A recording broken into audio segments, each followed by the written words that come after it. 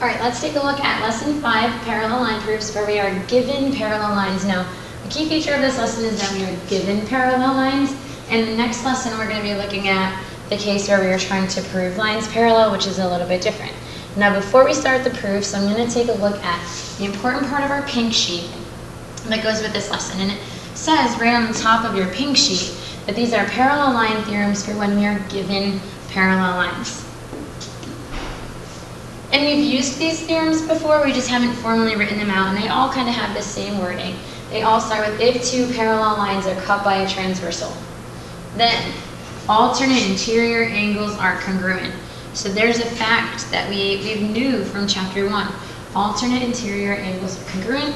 The second one, if parallel lines are cut by a transversal, then corresponding angles are congruent.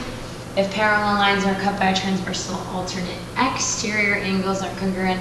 And if parallel lines are cut by a transversal, then same side interior angles are supplementary. This one we have to watch out for because it does change it to supplementary. The last one, we won't really be working with that yet, and it deals with perpendicular lines, and those come up a little bit later. I'll add a little sketch next to each theorem just to refresh your memory what we're talking about. So this first one is alternate interior angles. So that would be angles like this one and this one. They make that letter Z, or a backwards Z. Corresponding angles, if we draw our parallels, they're in corresponding positions. We do have 4 different sets of these, so this is just a sample set, but this angle is in the top left corner of the intersection, and so is this one, so those would be corresponding angles. Alternate exterior angles are congruent. We have 2 sets of these, but one sample set is this guy on the outside top left and outside bottom right. So alternate exterior, and then we have same side interior. The supplementary angles, they're visually a little bit different because one is acute and one is obtuse, so they can't be equal angles. So now in our proof, the very first question, we are given that A is parallel to B. I like to always put my parallel lines in the same color. So there's my given. And in a proof, if they're giving you something, you need it. So this is going to lead us to something, and we have to figure out what. And if there's a parallel line, there should always be a transversal to go with it. So the transversal is what kind of leads us to that conclusion. And we're looking for one of those 4 relationships: alternate interior, exterior, same side interior, or corresponding. They're always all present, but it's deciding which one is relevant to this proof. And now in this particular question, they were really generous. They numbered these angles 1 and 2, almost as a hint, saying, hey, look at me, these are the ones I want. And because the yellow lines are parallel, I do know that angle 1 is congruent to angle 2. And sometimes I kind of like to jot that down. I'm not formally doing the proof yet, I'm just kind of keeping my ideas organized. My second given says that angle 2 is congruent to angle 3. Well, I already marked angle 2, so I can mark angle 3 the same. And now I'm noticing all 3 of those angles are the same. And they're asking me to prove that angle 1 matches angle 3. Well, I already have them marked, so it hopefully won't be that bad of a proof. In a proof, I like to start with my given. A is parallel to B was given. And then my second, I don't like to put the other given in there right away.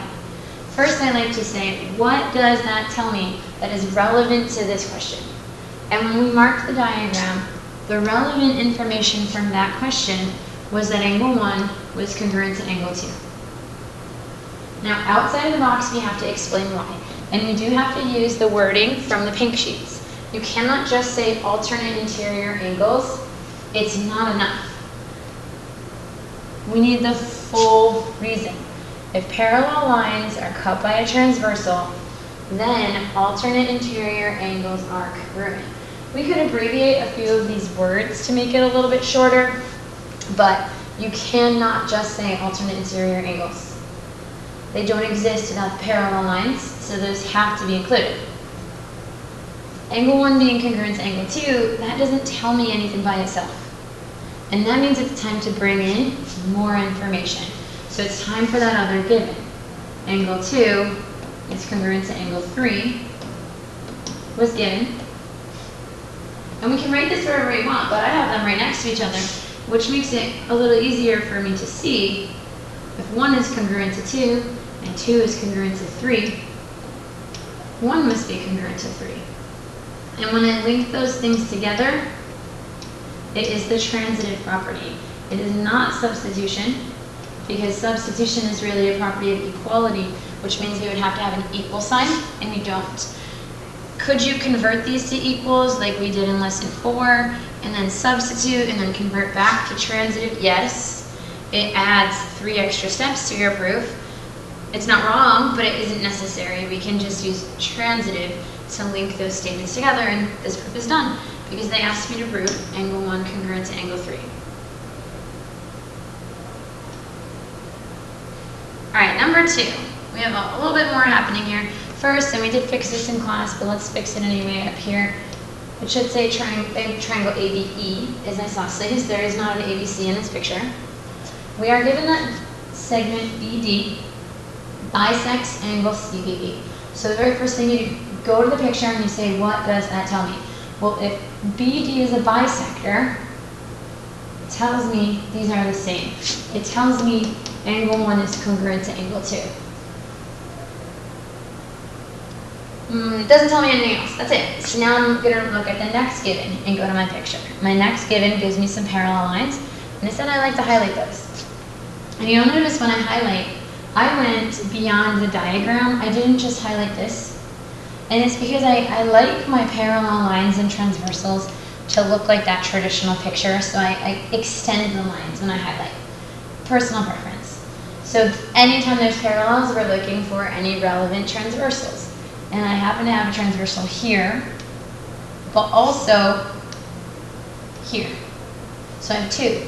Because I have 2 transversals, that means I have lots of conclusions that I could be making. So looking at my picture, yellow lines are parallel. Based on the green transversal, we're looking for alternate interior, exterior, corresponding, same side interior. Again, they numbered the angles for me, which is nice. And so if I'm looking at the yellow parallels and the green transversal, angle 1 is yellow and green. So let's find its partner. It doesn't have an exterior partner, so we can't use alternate exterior. It's not a same side interior, it's not an interior angle, so my only other option is corresponding. And 1 does correspond with 4. So this tells me angle 1 is congruent to angle 4. If I want to kind of keep track of why, they're corresponding angles. Looking at my other transversal, so that's based on the green transversal. Based on the pink transversal, angle 1 doesn't touch the pink transversal, and I know that because to be involved with the pink transversal, one side of the angle would have to be pink. The only angle that I have, or the angles that I have with a pink side, are angles 2 and 3. Both of those angles have one pink side, one yellow side, which means they're related. And those are alternate interior angles, which means they are congruent. So another fact I could take from these parallels is that angle 2 is congruent to angle 3. And keeping track of my little reminders, those were alternate interior. There are other relationships that we could get based on these parallels, but since they numbered those angles for us, it's really a clue that those are the ones we're working with. Now our goal is to prove that this triangle is isosceles. To be isosceles means we have to get 2 congruent sides. We don't have any sides, and so you're going to have to go through your pink sheet and say, where is there something that gets me from angles to sides? And when we get to that step, we'll find it. But there is a theorem that allows you to get from angles to sides. And looking at this picture, if I'm trying to prove that triangle is isosceles, I know this right now, and it is isosceles. When we know these angles match, it does tell me that those sides match also, which will make it isosceles. So now I have all of my ideas organized, and now I'm just going to try to put them into a nice pretty proof. So I'm starting with BD bisects angle CBE. And that was given. What did that tell me? That told me that angle 1 was congruent to angle 2. It came from angle bisectors, so if we're searching through our pink sheets, we're looking for the word angle bisector, and our reason is an angle bisector divides an angle into two congruent angles.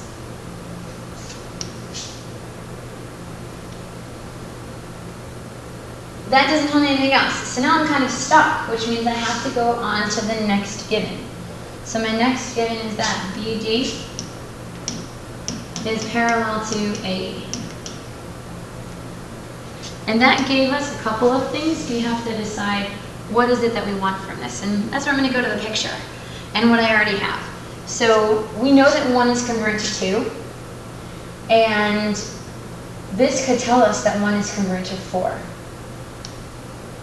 If 1 is congruent to 2 and 1 is congruent to 4, that could get 2 congruent to 4. And maybe let's sketch out, what does that look like? Does it help me? So the parallel lines tell me angle 1 is congruent to angle 4. And my reason for 1 and 4, looking at my hints, is if parallel lines are cut by a transversal, corresponding angles are congruent. Well, I have 1 congruent to 2 and 1 congruent to 4. So if I bring these boxes together, I can conclude that angle 2 is congruent to angle 4. And my reason here is transitive property. I'm linking them and I'm not substituting. So that's 2 and 4. But our goal is to get 3 and 4, those base angles. Well, we happen to also know that 2 matches 3. We already wrote that down. So let's get that into our proof. Angle 2 is congruent to angle 3. We do have to write a new reason. It's not the same as our previous parallel reason. Those were alternate interior angles. So we need, if parallel lines are cut by a transversal, then alternate interior angles are congruent. And those were alternate interiors for the pink. And these were corresponding, oops, not for the yellow. Those were corresponding angles for the green. 2 is congruent to 4, 2 is congruent to 3. 2 is the common link here. So if I link these together, I'm left with angle 3 congruent to angle 4, or 4 congruent to angle 3, same thing. Because I'm linking, my reason is transitive property. And now this is where I said, okay, we have angles, but how are we going to get sides? We have to go to that pink sheet. Go to your pink sheet. You have a reason that says, if two angles in a triangle are congruent, then the sides opposite them are congruent. So in this example, 3 and 4 are congruent, so the sides opposite them are those sides. So I can conclude that AB must be congruent to BE, using that reason. 2 angles in a triangle are congruent, and the sides opposite them are congruent. Now I have sides, which can get me to isosceles, because an isosceles triangle is a triangle with, I don't like how this is organized, an isosceles triangle is a triangle with at least 2 congruent sides.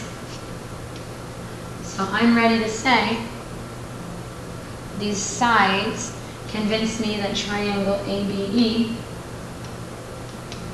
is isosceles. This is not the only way to do this proof, but it is a way that will get us through this proof.